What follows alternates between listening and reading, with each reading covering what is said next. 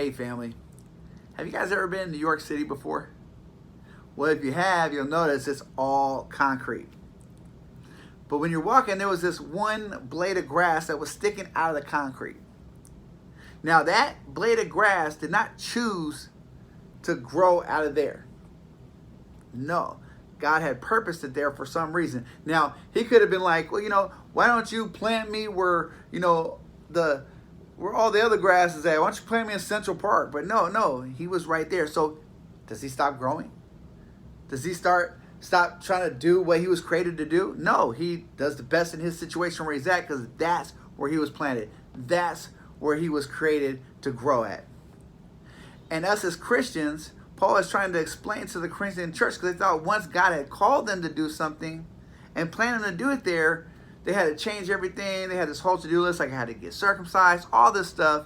And Paul expresses to them in 1 Corinthians chapter 17, 7:17 says, let each one live his life in the situation the Lord has assigned when God called him.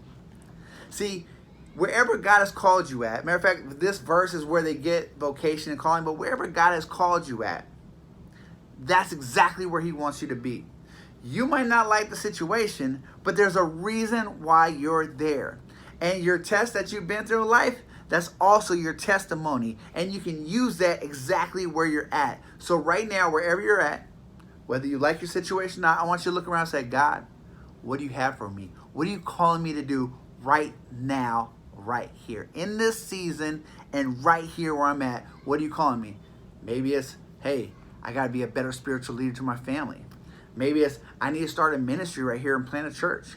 Maybe it's, hey, you know what? I need to start, I got people in my life that look up to me and I need to start pouring into them. Maybe I need to evangelize my neighbor. Whatever it is, God has called you to do something and you need to do it right where you're at. Don't put up excuses.